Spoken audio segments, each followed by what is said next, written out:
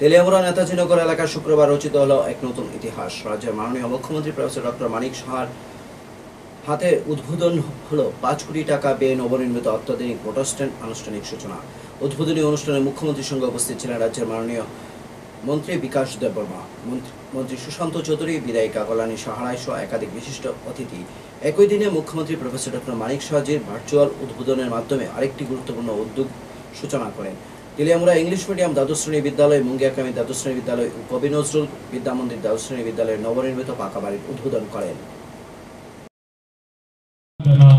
दीप्तिहरतो मे पापं दीपयौति नमस्ते।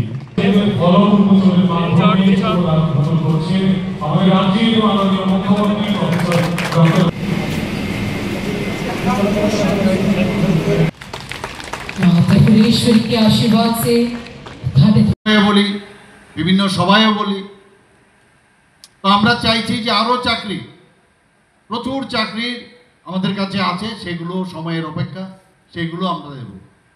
বন্ধুগণ, তেলিয়ামুড়ার ক্ষেত্রে আমি বলবো এটা একটা নতুন, মানে টুপির মধ্যে আরেকটা পালক আমরা গুজিয়ে দিলাম, এবং আমি নিশ্চিত যে এতে করে যারা যাত্রী স্বাচ্ছন্দ্য এখানে বাড়বে এবং যারা মোটর গাড়ি চালান, আমার শ্রমিক ভাইয়েরা, তাদের পক্ষে অনেক সুবিধা হবে এই তেলিয়ামুড়াতে এই মোটর স্ট্যান্ড হওয়ার।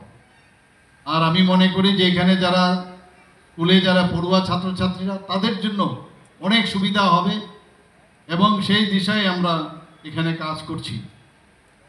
আমাদের সবকা সাথ সবকা বিকাশ বিশ্বাস আর তার প্রয়াসে যে কর্মযোগ্য সারা ভারতবর্ষে মাননীয় প্রধানমন্ত্রীজি করছেন, আমরাও সেটা করছি।